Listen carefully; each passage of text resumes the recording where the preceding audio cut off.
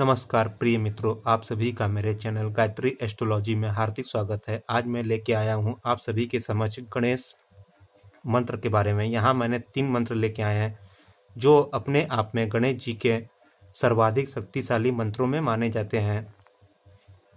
तो आइए मैं आप सभी को बताता हूँ कि इनका आपको जप कैसे करना है।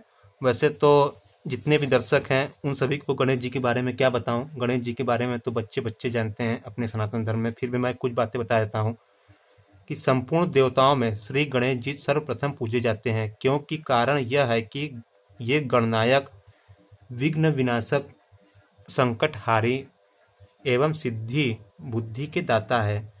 विद्या, बुद्धि, धन, वैभव, शक्ति, तेज, अध्यात्म, साधना या तंत्र सिद्धि के लिए भक्तजन श्री गणेश जी की ही शरण लेते हैं। श्री गणेश जी की पूजा अनेक मंत्र है। श्री गणेश जी के साधकों का अपना एक बृहद संप्रदाय भी है। वैसे तो संपूर्ण हिंदू जाति श्री गणेश जी को सबसे पहले प्रणाम करती है।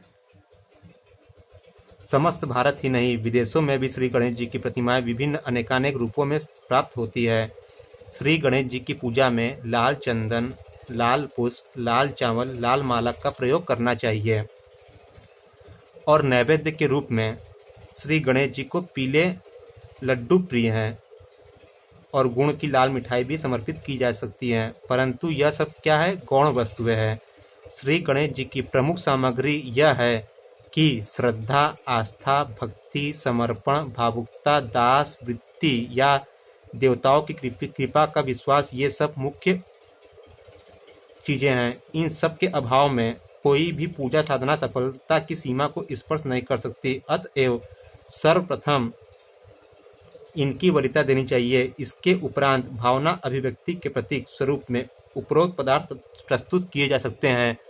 जैसा कि मैंने यहाँ पर बताया कि जो गणेश जी की सामग्री है, पूजा सामग्री, लाल पुष्प, लाल चंदन, लाल माला और नैवेद्य के रूप में पीले लड्डू उनको अति प्रिय है।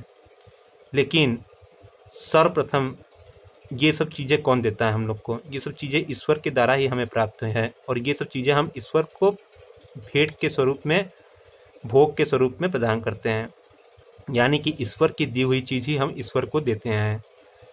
इसमें भी हमारी भावना होती है, लेकिन सर्वप्रथम चीज़ जो होती है वह है आस्था, भावना और विश्वास। अगर आपके अंदर पूर्ण आस्था, भावना और विश्वास है और आप देवी देवता को कुछ नहीं चढ़ाते हैं, तो देवी देवता आपके चढ़ावे के लिए नहीं बैठे होते हैं। देवी देवता जो होते हैं वो, उनको आपकी श्रद्धा, विश्वास और भक्ति से ही मतलब होता है।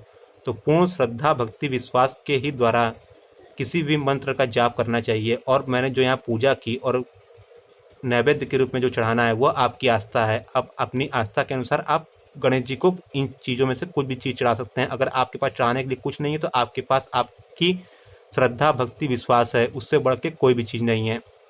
तो चलिए मैं बताता हूँ कि इन 3 मंत्रों को आपको कैसे जपना है। इन 3 मंत्रों में पहला मंत्र है गणेश गायत्री मंत्र। गणेश गायत्री के मंत्र के बारे में मैं अपने मुखों से क्या बोलूँ। गायत्री मंत्र ही अपने आप में सर्वोपरि माना जाता है। गायत्री मंत्रों का राजा कहा जाता है। वैसे तो गायत्री मंत्र बहुत से लोग नहीं जप सकते हैं, इसलिए हर देवी देवताओं और हर ग्रहों के अपने एक गायत्री मंत्र होते हैं। तो गणेश गायत्री मंत्र अपने आप में एक चमत्कारिक मंत्र है। ये मंत्र का आप उच्चारण सुन लीजिए। ओम एक दंताय विद्महे वक्रतुंडाय धीमहि तन्नो दंती प्रचोदयात्। फिर से सुन लीजिए। ओम एक दंताय विद्महे वक्रतुंडाय धीमहि तन्नो दंती प्रचोदयात्। आपके सामने बोर्ड पे लिखा भी हुआ है, आप इसे नोट भी कर सकते हैं। आपको करना क्या है, आपको सुबह ब्रह्म मुहूर्त में नहा धो के उठ जाना है। अगर आप किसी कारणवश ब्रह्म मुहूर्त में नहीं जा सकते हैं तो जब भी आप जागे तो कोशिश करिए कि 8 बजे के पहले सो के उठ के आप अगर ब्रह्म मुहूर्त में उठते हैं तो वह अति उत्तम माना जाता है। उसकी तुलना किसी भी चीज़ से नहीं की जा सकती।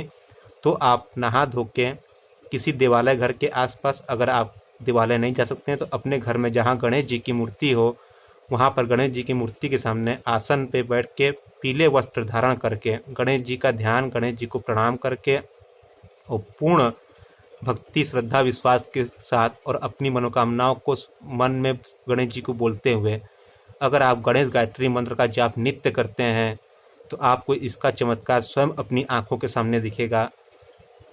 और पहली बात ये कि कोई भी मंत्र तुरंत काम नहीं करते हैं। मैंने यूट्यूब में कई जगह देखा है कि इस मंत्र को एक बार पढ़ लीजिए चमत्कार हो जाएगा, तो ऐसा कुछ नहीं होता है। ये सब बेवकूफ़ों की बातें होती हैं।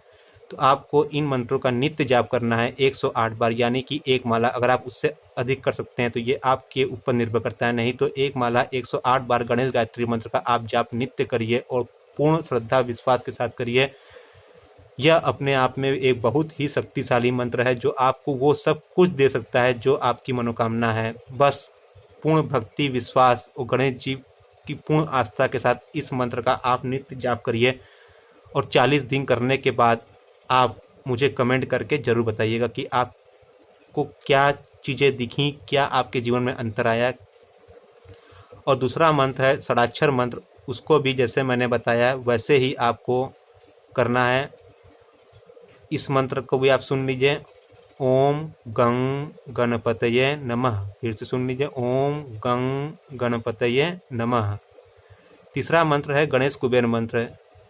अगर आप अत्यधिक कर्ज बोझ में अगर आप लद गए हैं, अगर आपको कुछ नहीं समझ में आ रहा है, अगर आपके पास धनागम का कोई भी रास्ता रुक गया है, तो उसके लिए तो ये 2 मंत्र जो मैंने ऊपर बताए ये हर चीज़ में काम करते हैं, लेकिन ये स्पेशली इसीलिए है, ये धन के लिए है और आपकी आर्थिक संकटों को दूर करने के लिए ये मंत्र है। ओम नमो गणपतये कुबेर येक द्रिको फट्ट स्वाहा। ओम नमो गणपतये कुबेर येक द्रिको फट्ट स्वाहा। इसको भी पूर्व की बात ही जैसे मैंने बताया है वैसे ही सुबह उठ के नहा धो के गणेश जी को लाल पुष्प चढ़ा के और गणेश जी की पूजा ध्यान करके आपको इस मंत्र का जाप करना है। आपको तीनों में से किसी भी मंत्र का जाप कर सकते हैं, तीनों अपने आप में बहुत ही शक्तिशाली मंत्र है। लेकिन उसमें सर्वप्रथम मैं जो बोलूँगा, जो मेरा खुद का विश्वास और खुद की जो एक मैंने लोगों को करवाया और देखा है, उसमें गणेश गायत्री मंत्र अपने आप में सर्वशक्तिशाली मंत्र है। इससे वो आपको सब कुछ प्राप्त कर सकते हैं। आप अनिष्ट ग्रहों की शांति से लेकर सारी चीज़ें आप इस मंत्रों के द्वारा आप कर सकते हैं। अगर गणेश जी आपके इष्ट देव हैं, अगर आप पहले से गणेश जी की साधना करते आए हैं, तब तो आप सब कुछ जानते ही होंगे। अगर आप नए हैं तो आप मेरे कहे अनुसार इस चीज़ को करिए और 40 दिन बाद आप मुझे कमेंट जरूर कीजिएगा। ज़्यादा बोलना, छोटी मुँह बड़ी बातें मैं नहीं कर सकता हूँ। जो अल्प ज्ञान, जो थोड़ी बहुत समझ है, उसी के अनुसार मैं बोलता हूँ और मैं यहाँ जो भी मंत्र देता हूँ और जो भी बोलता हूँ वो पूरी प्रमाण के साथ ही बोलता हूँ। तो अगर आपको मेरा चैनल पसंद आया हो तो आप इसे सब्सक्राइब जरूर करिएगा, जिससे कि आपको नए नए और जानकारी वाले वीडियो आपके पास पहुँच सकें। तब तक के लिए धन्यवाद। जय माता दी।